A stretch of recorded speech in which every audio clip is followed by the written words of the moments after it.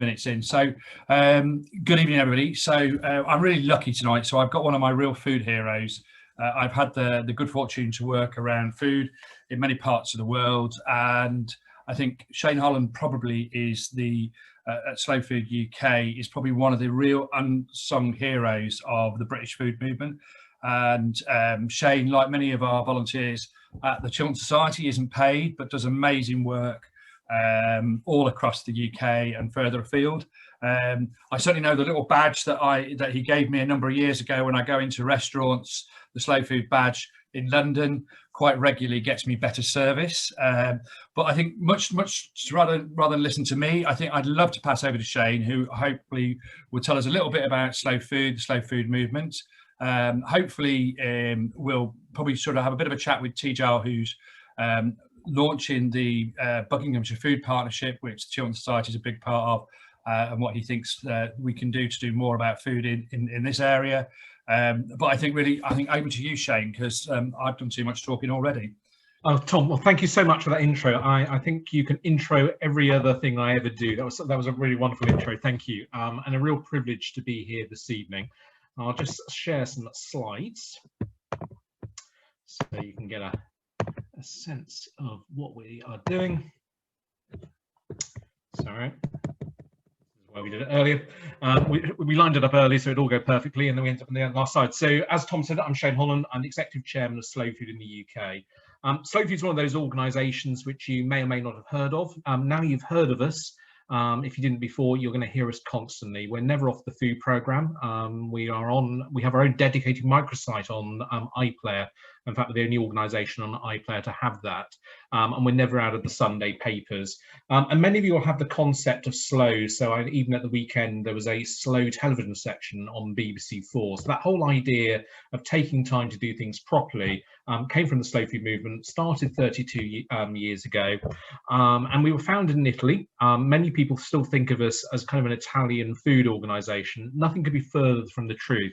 We're actually the world's largest food NGO, and not actually just the world's largest food NGO, but the largest NGO in the world. So we're bigger in terms of reach than people like Oxfam and the Red Cross, which always astounds people. But we have offices in 160 countries,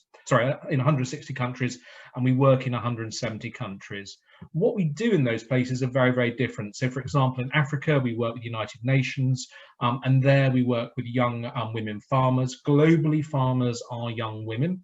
They're not sent to school. I believe they should be, but in many places culturally, they're not. So how do you hold on to those food traditions if you don't necessarily have people who can read and write? We can create videos, but what happens if you don't have access to electricity? So we do very different things in the global south to what we do here in Europe and in North America, which is much more around saving our food heritage and thinking about taste and the enjoyment of food and good food for all, which is really what I'm here today about. We run lots of programs here in the UK. So I've said here, what links chocolate cake, reducing knife crime, better mental health and school lunches. Well, we teach you all to cook. One of the first things we teach you all to cook is a chocolate cake, because everyone loves cake, and it gets people to engage. And I remember the very first time I ever went to one of our cooking sessions, a woman afterwards broke down in tears when she came back the following week, because the first time she'd ever cooked her son anything was a birthday cake. He was 8 years old, and that was the first thing she cooked him. So food's incredibly powerful. We have a program where we take gang members and we teach them to beekeep. These kids are not scared of anything. Maybe dad's in prison, maybe mum's away, brothers have been carrying knives, maybe they've seen guns. They're not scared of anything. Those of you that keep bees or know anything about bees know if you're aggressive near the hive, then you just hear that roar of the hive as it gets louder and louder. And these kids who are not scared of anything act very aggressively around the bees, and you can hear the bees getting louder and louder. Over the course of the year, those kids' lives are actually transformed because they learn that actually looking after something has positive consequences. We also work in school food, and the kind of things that you'll have seen Jamie Oliver doing on the television, holding up vegetables and going into schools, teaching kids where their food comes from and running growing programs, again, are the kind of programs that we work with. But today, the program I'm really wanting to talk about is something called the Arc of Taste, and this is probably our most famous program. It's a global program. And the Arc of Taste effectively is an at-risk register. It's food which is culturally important, but for whatever reason is disappearing. So if we think about here in the UK, you know, we have something like 4,000 varieties of apples, but 70% of all the varieties of apples we eat now come from 3 varieties, and we import 70% of those. You could say, why does that matter if I still have something delicious to eat, if I still can get hold of some cherries, and I know that Chiltern was a great cherry growing area, what does it matter if those cherries come from overseas? What does it matter if we have less varieties of those? Well, biodiversity is really, really important.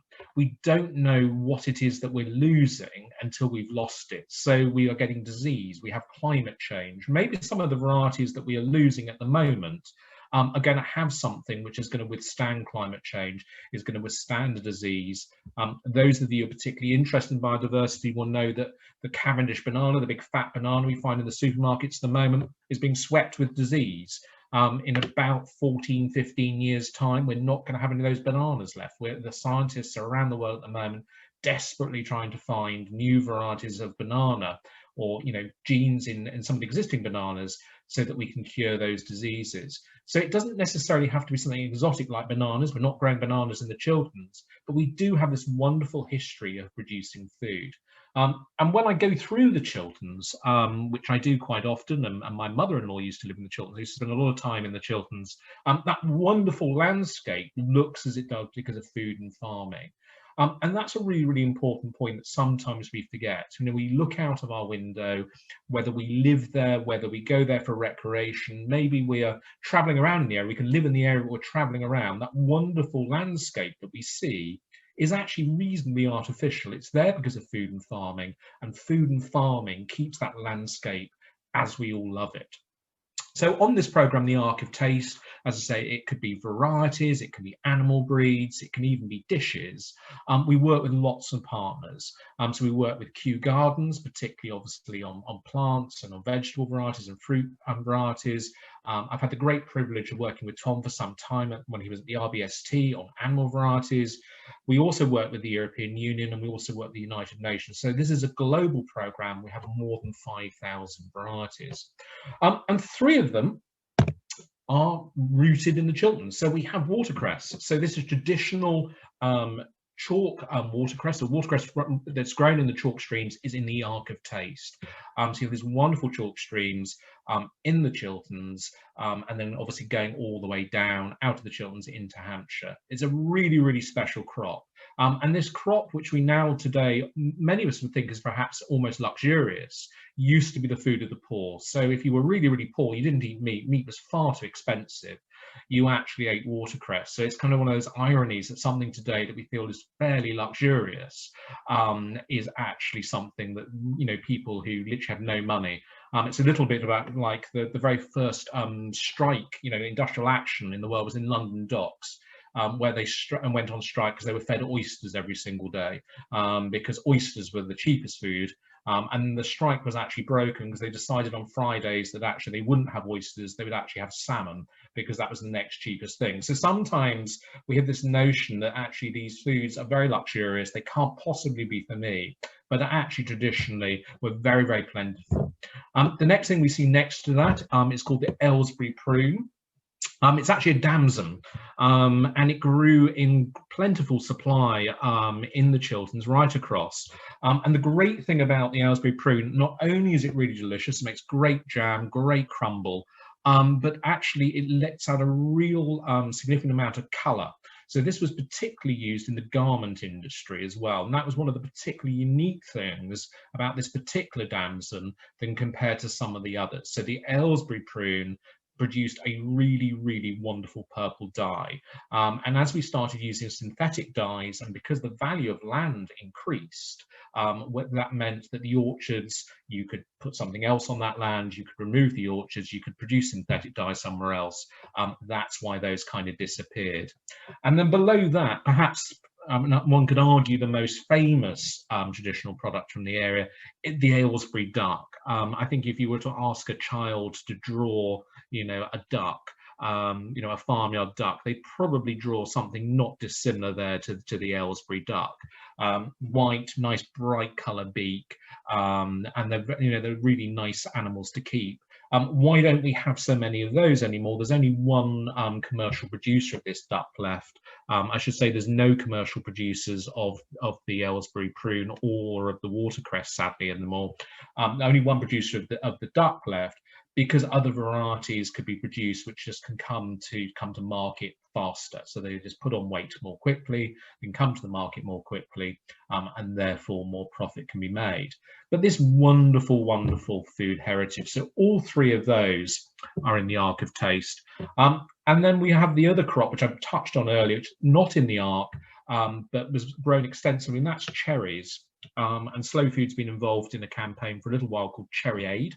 And those of you who are cricketers and go to Lord's will know that instead of having strawberries and cream as you do at Wimbledon, you have cherries and cream. And that was part of a Slow Food campaign called Cherry Aid, whereby we're supporting cherry growing. The reason that's not in the Ark is to be in the Ark, you need to be in a very tight geographical area, and cherries are actually growing right across southern England. They're not grown anymore. The trees have to be netted for birds, and the trees themselves can become very, very large, and that's why we've again stopped producing them. But again, the Chilterns were famous for cherry growing. So those are the three items that we have in the Ark there. Tejal, I understand you're working in the food partnership, so I'm going to pass across to yourself. Thank you so much, Shane. That's so fascinating. I've been brought up in Buckinghamshire, and I never knew some of that information, particularly around, you know, the wealth of the varieties of different things that are on our doorstep. So yes, I'm the Bucks Food Partnership coordinator, and Buckinghamshire has now set up a local food partnership for the county and has joined the Sustainable Food Places Network to look at how we can support people to better understand their local food system.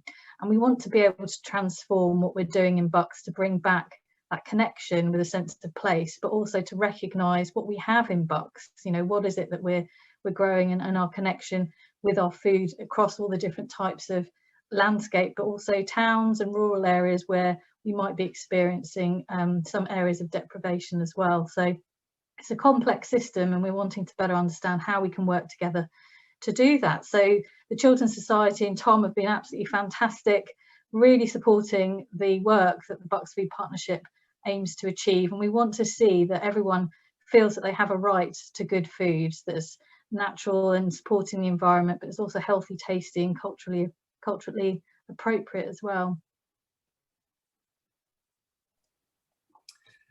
Fantastic. Tejal, I think actually Shane's probably raised a few bits that we could possibly look at with a food partnership, because I think one of the two things that you and I would like to do is about equality of food for those that have and those that don't have, that we combine, because I think both the Slow Food Movement and the Bucks Food Partnership have got quite a similar aim of great food, great tasting food, lovely food for everybody. So my sort of first question really, Shane, is on this. Obviously we're particularly passionate about wildlife, but it links back in all of this. But if you were to give us one thing that we should be doing as we start our food partnership and the Chiltern Society starts doing this, try and bring some equality in, what would you suggest we look at, Shane? The first thing I'm going to say, in terms of things you can do in the partnership, before we move totally onto quality, is actually grow some of these Ark of Taste products. So I'm going to ask you to go and have an orchard, actually, grow some of the Aylesbury prune trees, because I think what that also puts a real flag in the ground and says that actually all of these things are for everyone.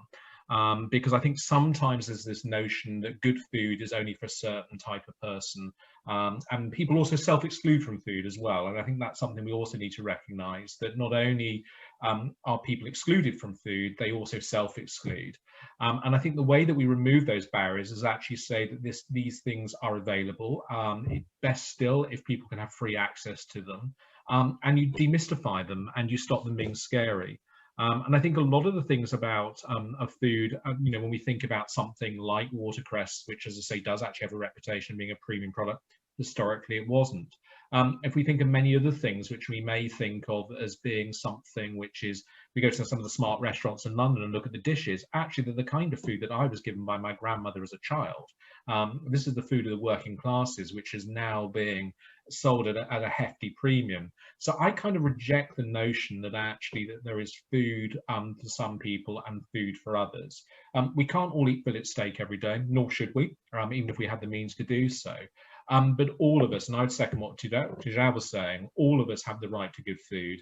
And I believe all of us should have the right to choose what it is that we wish to eat. And I say that within reason, and say we can't all be eating fillet steak. But there is something to be said to actually choose what you want. And there are things like food banks and others which are doing great work if you're hungry tonight. But I would always say that actually there's got to be food dignity. People have to actually have the choice of what they want to eat, and food made with love and grown with care and grown in an appropriate landscape like the Chilterns, which is an agricultural area, has got to be good for mental health, physical health. And I would say that's also food equality as well. So that sounds a bit like the plums behind me or the prunes behind me. You're expecting me to do something with it, because I did a bit of homework beforehand and I haven't eaten them. But I do believe, Tejal, you might have a tree in your garden. Do you know, interestingly, when I moved into my house, I had a magic moment of just being overwhelmed by my garden, because it is wild, and I get very, very anxious thinking I'm not tidying it enough and I'm not really caring enough in terms of what other people's expectations might be. And I remember looking around my garden and I came across what I think I can see behind you, Tom, is the Aylesbury prune. And I didn't even know what it was, but I picked some of the fruit and I ate it, and I thought I've never experienced this before, but this plant has been here way before I was even born. I have no idea what it is, and it was really difficult to identify. I knew it was safe to eat, but I didn't quite know what to do with it. And it's one of those things of when you're moving around, you know, the countryside, and you're not necessarily recognizing what's growing in the hedgerows or what's on your doorstep, that you then don't value it. So for a long time, because I didn't know what to do with it, I just left it to grow wild. And it's taken over a bit of the back of my garden, and it's done it in a way where I can't actually reap the benefits of the fruit. So, you know, the birds are having it, so that's fine. But I do remember that lovely, lovely moment of tasting something I'd never experienced before and thinking, it's in my backyard, this is amazing.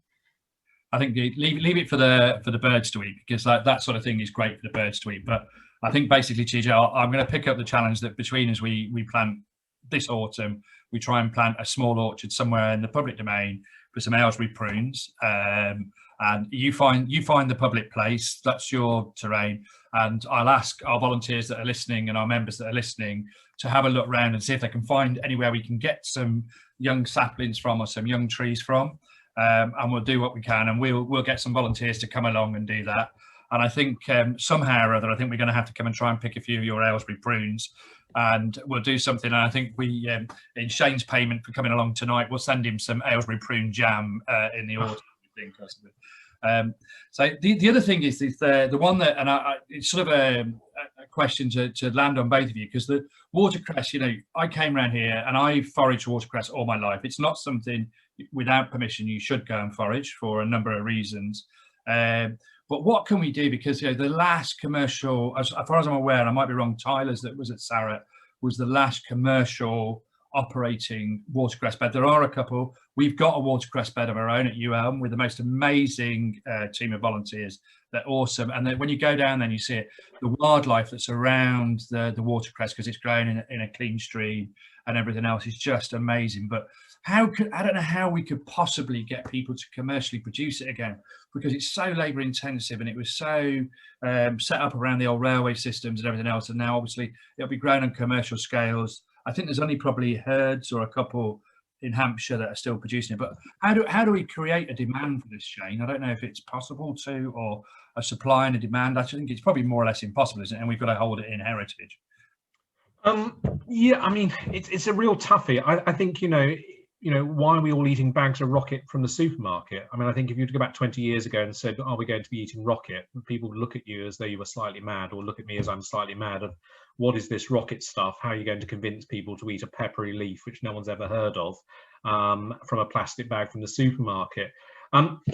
People are, and I think if we can all commit to purchasing watercress when we see it, or if we can get the restaurant and hospitality trade to be using it, which actually is an easier way because they can take reasonable quantities of supply and start using it, and then when at home we actually realize it's not a particularly scary ingredient. It keeps really well in the fridge. In fact, it'll keep much longer than your rocket, particularly if you keep it in a glass of water. Almost like a bunch of flowers, but in your fridge. It will last and last and last, and it tastes absolutely delicious. It is kind of chicken and egg when we're not going to get commercial production back and the investment back unless there's a market, and we don't get a market unless there's production. So I think, you know, all of us that are at home now listening to this or going out, if we see it, then eat it. And maybe if you've got a favorite restaurant in the area, then maybe say to them, you know, if you have a special on and there's a bit of watercress, then I'll commit to buying it. So really, basically, as there is only one English watercress bed left that's commercially producing, when we go into the supermarket, really pick that over and above rocket and pick the English stuff. And even if those of us that can afford it, we pay that little bit much more for it, is go and buy it because it's British, and that will create a demand, hopefully, and we've got that power to make it happen. And absolutely. So luckily, I think it's one of your friends on here has actually said, so I'm actually digging myself a hole here, Tejal. So Sam Free has said that Burnwood plants in Lurgashall sell Aylesbury prunes, and they've actually planted some in Amersham. So we haven't got an excuse now. So we've get on the case. Yeah, and yeah. So and things like Aylesbury duck, yeah, because it is only available in a few places. And obviously we should go out and look for it. And I think it's mine and Tejal's job to go and try and help promote that. So it's there readily available. But where would you go and get Aylesbury duck from? Because I guess you probably have eaten it, Shane, and you do. Mm-hmm. Eat it. And because you're in London, it's probably easier to get hold of than it is here. It probably is. It's one of those very strange things. I mean, I grew up in Cornwall, and it's sometimes easier to get, you know, Cornish grass-fed beef and things in London than it is in Cornwall. It's relatively easy to get hold of here. So there's 2 or 3 butchers that I could go to get it. Again, encourage restaurants to have it on the menu, and those of you that see it, then buy it. Aylesbury duck can be produced by anyone. The Aylesbury duck itself is a variety of duck. As I say, it's being produced by just one producer now. But if the market's big enough, then maybe there's a farmer or a producer listening or watching this on catch up and actually says, you know, there's a little bit of a gap in the market there. You know, these guys here keep saying that people want it. Maybe I'll start off with, you know, 10, 20 ducks. There's a very, very famous chap who's a turkey producer, Kelly. Kelly's turkeys, and many of you will have tasted his turkey. But he started off on the bronze turkeys with, I think, a dozen turkeys on the bronze, and that business got bigger and bigger and bigger and bigger and bigger, and now he has thousands and thousands of turkeys across small farms. There's no reason at all why Aylesbury duck couldn't do the same. That, you know, we start off. And small producers could take on a few ducks, and providing there's a market for that to grow, and I think that'd be absolutely tremendous. So really, Shane, you know, because it comes from Richard Waller in Chesham. Yeah. So when we go to our local butchers, we should be asking for, have you got Aylesbury duck? Can you get it? Richard Waller in Chesham sells it, and we help Richard sell more product locally because I can't find it locally. I know one restaurant which is obviously not, well, it might be open today. I don't think it is because I don't think he's got a garden that does it. I don't know. Have you ever eaten Aylesbury duck, Tejal? And no, I thought only the Queen could have that, but that's swans, isn't it? Swans, yes. Yeah, that's right. So, and one thing, a lady has said, Tejal, we can go and pick her Aylesbury prunes this time. So I think possibly we'll plant the orchard, but I think we might take Catherine up on her offer and invite Shane over and do some picking of the prunes there.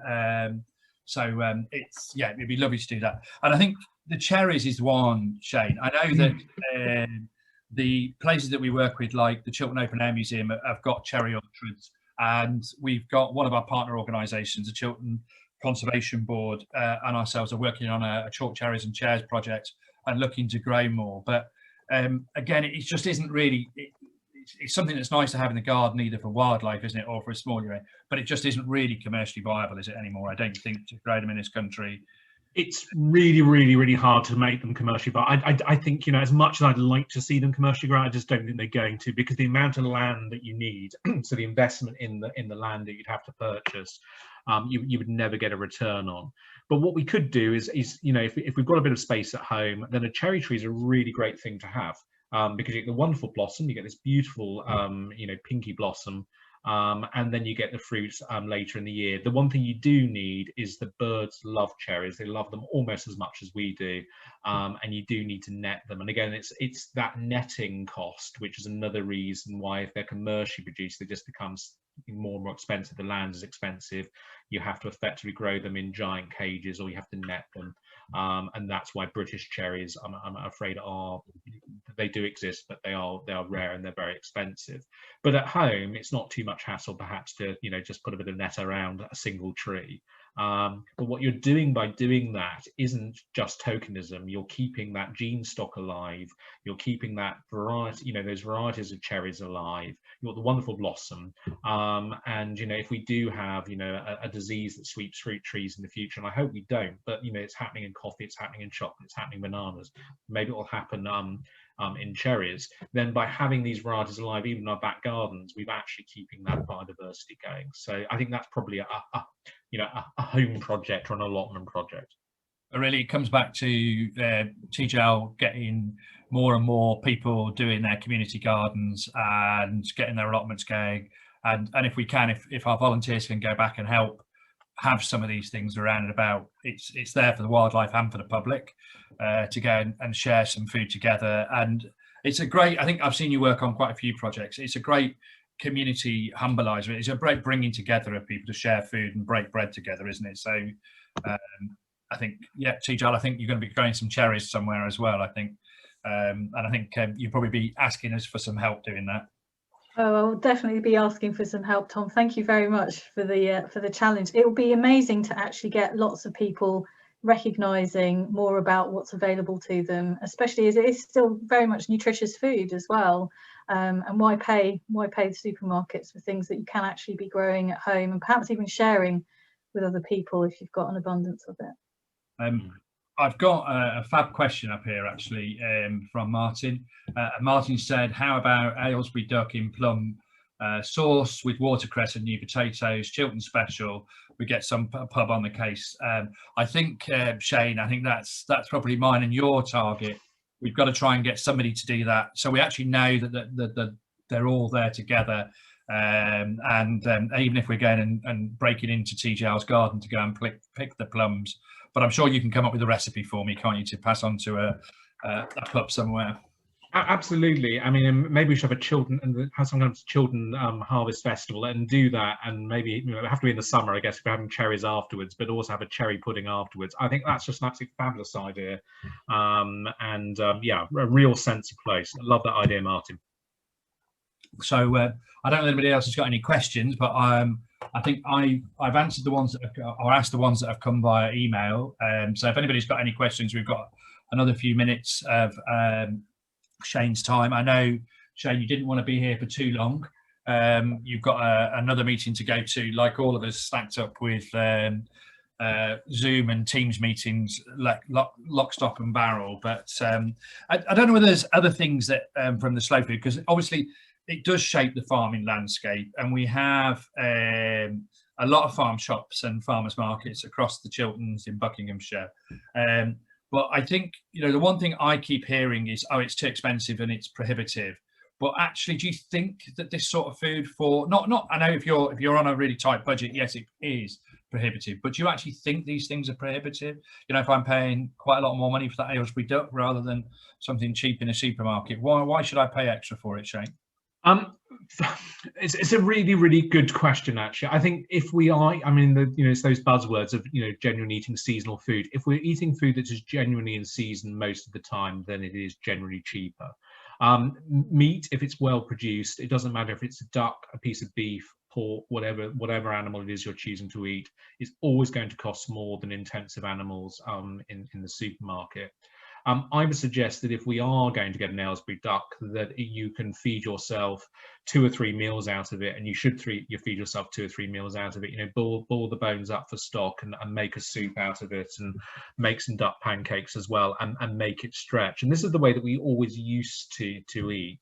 And if you did that, then you're probably going to find it's on par with having bought chicken breasts in the supermarket.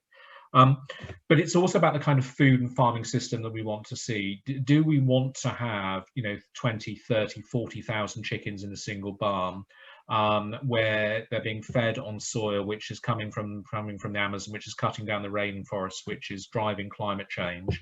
Or do we want to be supporting a local farmer in Amersham who's got some ducks, who's employing local people? He's probably, I don't know the producer particularly well, but I'm sure he's got a local accountant. He probably uses the local post office, and the workers there are sending their kids to the local school. So all the things that we hold dear are being held together by this sense of community. And it's not just food businesses, it's all local businesses that do that.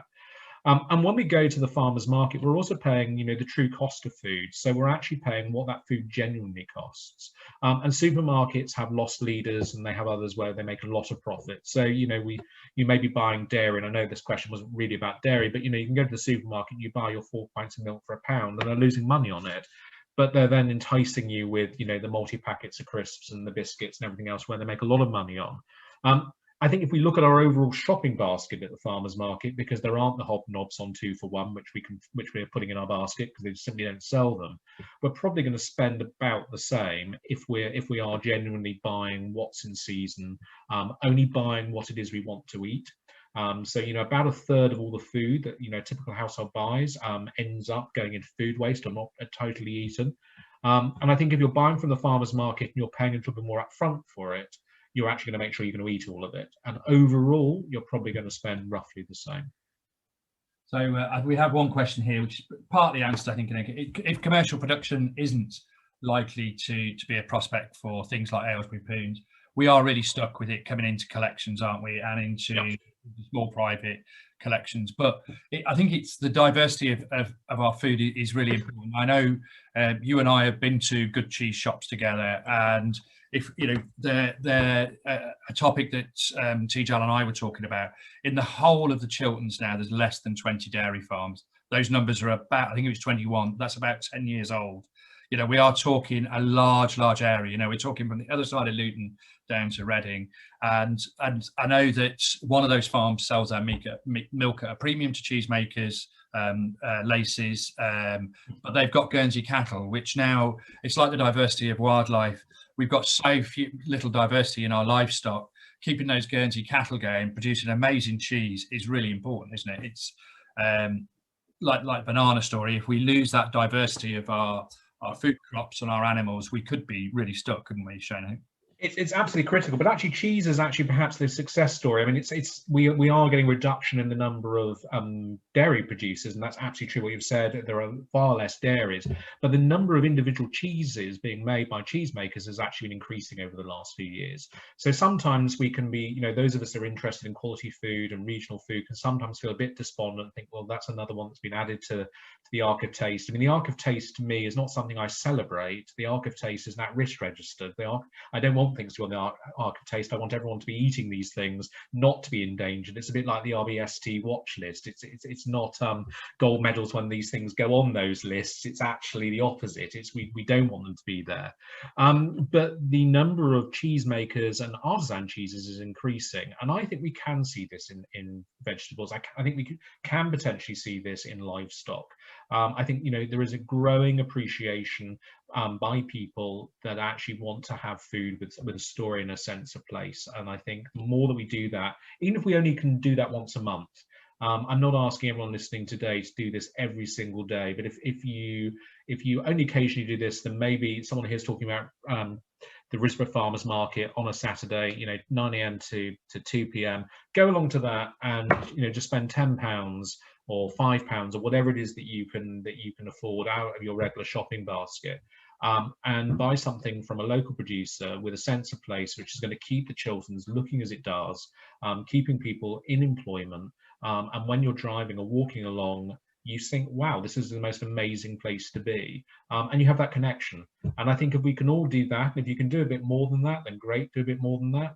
And if once you've done that for a few months, then maybe go every week or maybe go every fortnight. And I think that's something, there's some joy in that.